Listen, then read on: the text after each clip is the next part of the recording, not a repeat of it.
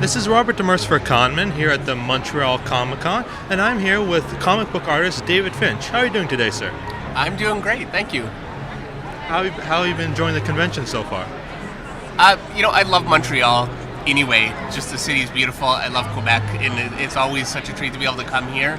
And this show is growing every year. It's such a great show. The fans are great.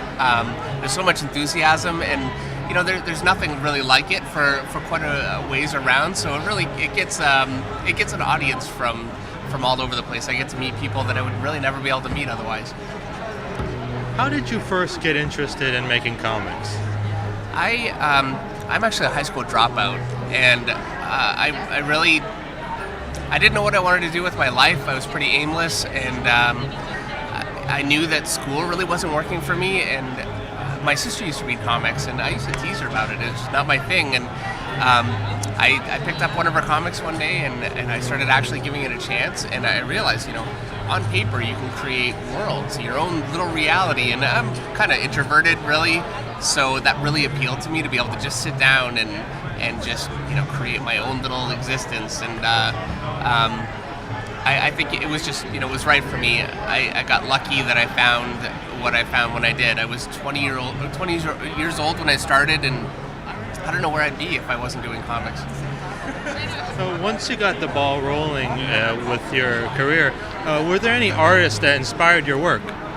Oh, yeah, there were so many artists that inspired me when I was starting, and really so many artists that have inspired me over the years. I think my earliest influences were all the Image guys. It was Mark Silvestri is my biggest, Jim Lee and Todd McFarlane and Rob Liefeld and, Dale Keown and Alan Davis, actually, was not an Image guy, and he's a little different. He's a little bit more of a classic kind of artist, but my sister loved his art, and that really got me. Anyway, I'm a huge Alan Davis fan. The Kubert brothers are a big influence for me, and it's something where I started really looking at a lot of Mark Silvestri, and then I kind of broke from that, and I started looking actually at Simon Bisley. He's another artist actually that's at this show, and that really worked for me, and I kind of went from artist to artist and tried to pick up what I could and incorporate it with what I already had, and this is what I've done for years. I feel like my style isn't really much of a creation of my own. It's not some kind of originality. It's really just me stealing from every artist that I like. And over the years, Olivier Vatine is probably my favorite artist right now that I've been looking at a lot. I'm drawing a blank. There's so many. Magnola and Kevin Nolan, and it's a long list. I'd like to talk a little bit about your most current ongoing work with Forever Evil. It's probably the biggest DC event since the New 52 began. What were your feelings when you were brought on to this big event? Well, first and foremost, I really, going to DC, it was top of my list to be able to work with Geoff Johns. Is something that I knew was, a goal of mine to be able to do, and we had been talking about it for quite a while, and, it took a little bit for the timing to really be right. But that was the most important thing for me, and really the reality of working with Geoff Johns means you're really working on a big crossover or Justice League or a big book like that. So I'm thrilled to be doing it. I'm mostly thrilled to be working with Geoff Johns. This event will be showing a lot of villains that not have appeared yet in the New 52. Has there been any characters that you have tweaked their design? There have been a few. The Crime Syndicate is new for the New 52, and I looked at the original Crime Syndicate and actually Frank Quitely's version that he did a few years ago. I love that. And what I did actually is I set up a screen share with Geoff Johns, and we just basically hashed out the designs together. I would say, what do you think of this? I would draw something, and he'd say yes or no, and I'd erase, and so it was a really collaborative process. And there are other characters, but for the most part, Bizarro appears, but Bizarro actually appeared in Superman first, so he's designed, I think, by Kenneth Rocafort, and most of the other characters that appear, most of the other villains, are all really designed by people that are, in either the Green Lantern group or the Superman group, and it's really more their prerogative to design characters that are in their kind of world. So it was mostly the Crime Syndicate that I got really to put my stamp on. In the first issue that has already come out, there are quite a lot of villains, obviously, especially in a particular 4-page panel spread. How much work did you put into that? Because that is impressive. Well, first of all, thank you very much.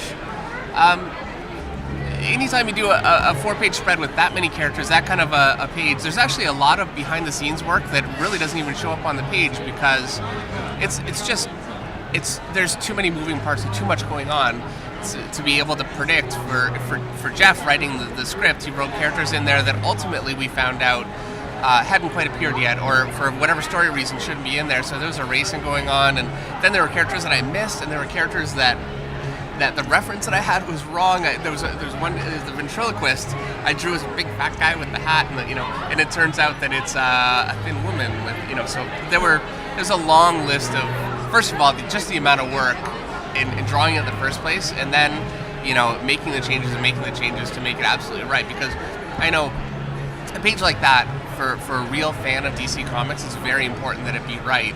And it's very important to us that we can put it out, and have it be right. I didn't want to wait till the trade paperback and maybe make tweaks based on people saying we screwed everything up. So it was very important to us to get it right.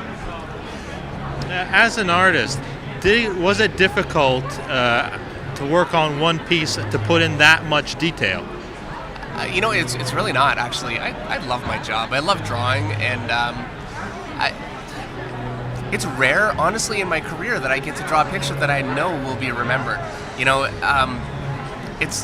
I draw page after page, and I love them all, but that's a page I knew that, maybe 5 years from now or 10 years from now, people will still remember, and that's a gift. So, I didn't resent a single second that I put into that page. It took me forever. It was all worth it.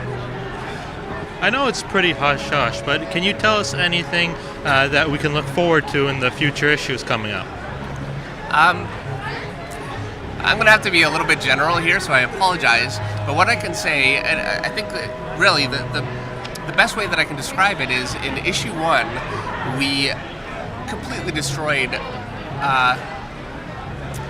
Dick Grayson's life, and every issue is going to be more the same. It's going to be, this is something that we really could have went to issue 7 with and made that the big reveal and the big, oh no, we just did that at the end of the story, but we didn't do that because, I say we, this is really Geoff's story, but it's something where, there is so much going on, and this is going to be such a game changer for DC that, every issue there's something that people are going to go, oh, I can't believe we just did that, and, issue 3 the same, issue 4, it's going to be a real roller coaster.